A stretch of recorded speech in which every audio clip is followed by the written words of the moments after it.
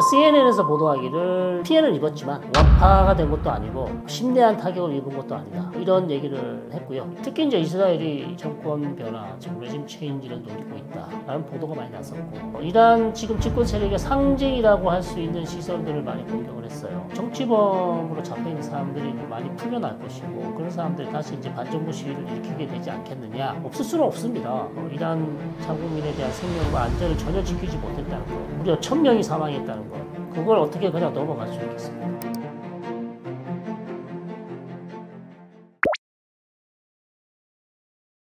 네, 요거 상당히 재밌는 주제죠. 일단 초기부터 이제 좀 설명을 드리면, 이제 CNN에서 보도하기를 미국의 국방정보부 DIA 초기 판단 자료를 이제 아마도 흘린 것 같습니다. DIA 쪽에서 CNN으로. 거기 판단에 따르면 이제 피해를 입었지만 완파가 된 것도 아니고 심대한 타격을 입은 것도 아니다, 이런 얘기를 일단 했고요. 그러다 보니 이제 트럼프 대통령은 이제 격노했겠죠. 본인의 판단에 따르면 상당히 심대한 타격을 입었고 완파됐다고 이제 생각을 했었는데, 계속해서 이제 뉴욕타임즈도 그렇고 CNN 따라서 이제 다른 언론들도 이제 이렇게 보도를 하다 보니, 거기에 대해서 이제 트럼프 대통령은 계속해서 본인의 주장이 맞다는 것을 증명하기 위해서 뭐 무리수를 두기도 합니다. 예를 들면 뭐 이스라엘이 기밀 문서를 보내준 것도 있는데 그거를 공개까지 하면서 본인이 주장이 맞다고 했는데, 특히 이제 이스라엘 핵 원자력 정에서 만든 기밀 보고서, 그 다음에 포르도 핵시설 공격 이후에 모사드의 요원들이, 실제 현지 파견된 요원들이 포르도 핵시설을 이미 점검을 했다, 상황 판단을 해서 거기에 따른 보고서가 올라왔다. 그래서 실제 그 장소에 모사드 요원이 있었다는 얘기죠. 이런 것도 상당한 기밀이거든요. 이런 내용을 다 공개를 했고요. 그런 것들을 이제 들면서 심대한 타격을 입었다고 이제 주장하는 것이고, 또 하나 IAEA 쪽에서 라파엘 그로시 사무총장도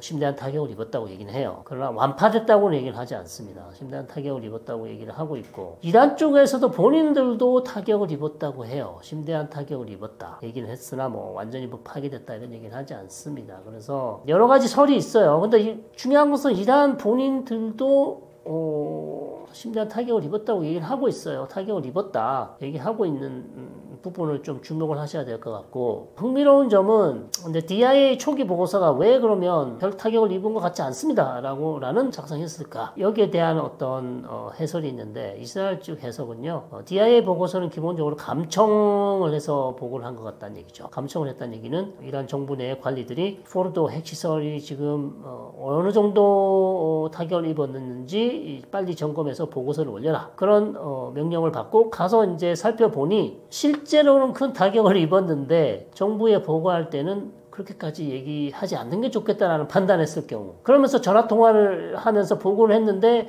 그 전화통화를 아마도 DIA 쪽에서 감청을 했을 것이다. 근데 그 보고서는 정부에게 이제 잘못된 헛보고서죠. 왜냐하면 허위 보고서라고 할 수 있겠죠. 왜냐하면 실제는 많이 파괴됐는데 그렇게 보고했다가 문책을 받을 수도 있다는 생각을 했을 수도 있다는 거예요. 그래서 오히려 축소 보고했을 가능성이 있다라는 게 이제 이스라엘 측 주장입니다. 그래서 전체적인 큰 그림을 결론을 짓는다면요, 심대한 타격을 입었으나 완파되지는 않았을 것이다. 이 정도로 아마 결론을 지을 수 있을 텐데요. 대부분의 전문가들이 뭐라고 하는지 아십니까? 현장에 가서 봐야 된대. 아무리 인공위성으로 보고 뭐로 해도 정확하지 않답니다. 현장에 가서 눈으로 확인하기 전에는 정확한 피해 정도는 아무도 알 수 없답니다. 중국은 아무래도 이란으로부터 이제 원유 수입을 계속 해왔고요. 거의 80% 이상이 이란이 중국에게 수출을 했던 것을 보이는데, 이유는 이제 이란은 이제 미국의 제재를 받고 있고 원유 수출을 못하게 돼 있죠. 바이든 때부터 계속 이 부분은 눈 감아주고 있었고, 중국은 시세보다 훨씬 저가에 이제 이란으로부터 원유를 사오니까 굳이 뭐 다른 수입처를 찾을 이유가 없었죠. 그래서 계속 수입을 하고 있었고, 자, 그런데 만약에 지금 호르무즈 해협이 봉쇄되거나 이란의 어떤 정유시설 타격을 받잖아요. 그러면 중국은 사실 수입처를 새로 찾아야 되는 것이고 비용도 더 올라가겠죠. 그러나 이번에 이스라엘이 이란의 정유시설을 일부 공격을 했으나 완파하지는 않았어요. 완전히 정유시설을 공격하지는 않았습니다. 그것은 이제 이란의 마지막 남은, 어떻게 보면 이란 경제를 살릴 수 있는, 그리고 유지해주는 마지막 그 산소 마스크라고 할 수 있는 정유시설은 남겨뒀습니다. 남겨뒀기 때문에 추후에 조금 부서진 시설은 다시 재건을 해서 중국에게 수출할 수 있을 것으로 보이고요. 외교적으로는 뭐 중국이 할 수 있는 게 별로 없었기 때문에 사실은 그렇게 큰 타격을 입었다고 생각하지 않습니다. 경제적인 타격이라고 볼 수 있겠고, 다만 이제 중국이 살 수 없는 것은 오히려 러시아로부터 또 살 수 있기 때문에 그렇게 저는 중국이 어떤 타격을 입었을까 그렇게 생각하지는 않습니다. 오히려 가격 측면에서 러시아로부터 사는 가격은 조금 더 비싸겠죠. 그러나 그거 외에는 중국이 달리 크게 큰 타격을 입었을 것 같지는 않습니다. 근데 사실 미국과 이스라엘이, 특히 이제 이스라엘이 정권 변화, 즉 레짐 체인지를 노리고 있다라는 보도가 많이 났었고, 실제 이스라엘이 마지막 공격이 있죠. 12일 전쟁을 했는데 한 10일, 11일, 12일 정도쯤에 이란 지금 집권 세력의 상징이라고 할 수 있는 시설들을 많이 공격을 했어요. 근데 이제 혁명수비대 사령 본부, 그 다음에 이란 내에 있는 혁명을 지키기 위해 만들어져 있는 민병대 조직이 있습니다. 민병대, 이걸 바시지라고 그러죠. 바시지의 사무실. 그 다음에 이란 내 정치보험을 수용하고 있는 엘빈 수용소. 정치보험 수용소를 이제 공격을 한 것인데, 이런 것들이 결국 이란의 어떤 정권 변화, 즉 정치범으로 잡혀있는 사람들이 이제 수용소를 공격하고 많이 풀려날 것이고, 그런 사람들이 다시 이제 반정부 시위를 일으키게 되지 않겠느냐, 완전히 이제 본인의 아전인수격, 아주 낙관적인 생각을 했겠죠. 그런 측면에서 어쨌든 마지막이라도 이란의 어떤 정권 변화를 기대하는 측면에서 그런 상징적인 시설들을 공격을 했지만 그럴 가능성은 높지 않고요. 왜냐하면 이란의 어떤 정권 정치 시스템이 그렇게 호락호락하게 무너질 그런 시스템이 아니에요. 그리고 어떤 정권 실세가 죽으면 바로바로 갈아채울 수 있는 엄청난 인력이 있기 때문에, 국방부 장관이 죽는다거나 아주 중요한 요직에 있는 사람이 죽으면 바로바로 갈아채웁니다. 물론 엄청난 카리스마와 중요한 영향력을 발휘하는 인물이 죽으면 그 사람을 대체하기는 힘들겠죠.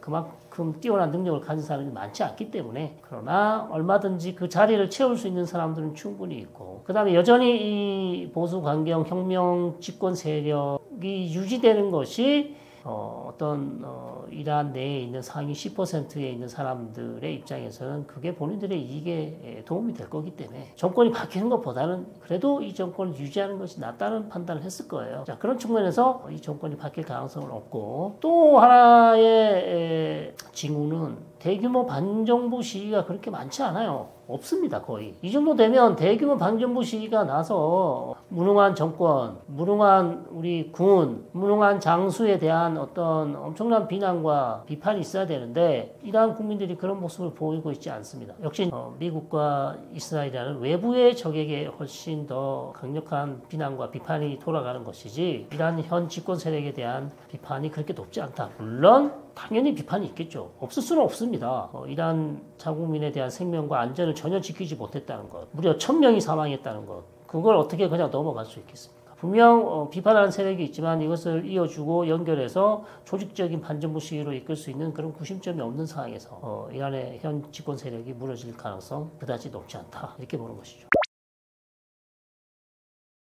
그렇게 될 수밖에 없을 것 같습니다. 여전히 이란이 선택할 수 있는 선택의 폭은 좁다. 중국과 러시아밖에 없고요. 거기에 이제 북한이 들어가 있죠. 그래서 이 4개국을 우리가 이제 저항의 축이 아니라, 이란이 중동 지역에 많이 키워왔던 대리 조직을 우리가 저항의 축이라 불렀죠. 레바논의 헤즈볼라, 하마스, 시리아, 이라크의 친이란 민병대, 예멘의 후티 세력까지, 이게 다 이란의 저항의 축이었다면, 최근 이란, 중국, 러시아, 북한까지 넣어서 이 4개국이 반미 전선을 형성하고 있잖아요. 반서방. 이 세력들을 우리가 불러서 미국의 하나의 좀 보수적인 싱크탱크가 이 4개 국가를 묶어서 격변의 축이란 용어를 만들었어요. Axis of Turmoil이라는. 그래서 제가 이분들이 한국을 방문했기 때문에 몇 분 이 연구소 사람들과 얘기를 해본 적이 있는데, 이 사람들이 가장 궁금한 거는 이란, 중국, 러시아, 북한의 이 긴밀한 공조 관계가 이란 핵 문제나 아니면 중요한 어떤 변곡점을 맞으면 다시 해체될 것인가, 아니면 이 4개 국가의 어떤 긴밀한 군사, 외교 공조가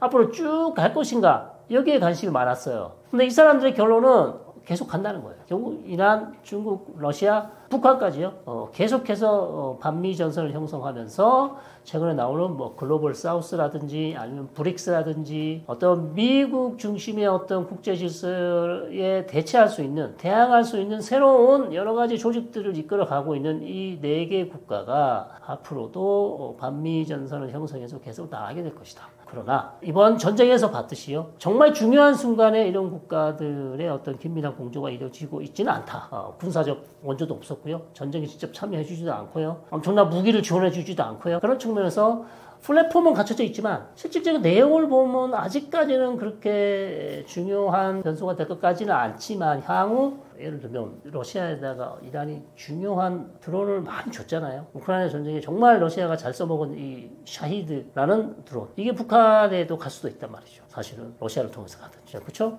자, 그런 측면. 그래서 이 4개 국가 간의 어떤 군사 어떤 협력은 우리한테도 상당히 위협이 될 수 있다. 특히 이제 북한이 이러한 이란과 러시아의 어떤 최신 무기라든지 기술들을 도입한다면 우리에게도 상당히 위협이 될 수 있기 때문에 우리도 상당히 이 부분을 주목해서 봐야 되지 않냐. 네, 그렇게 생각합니다.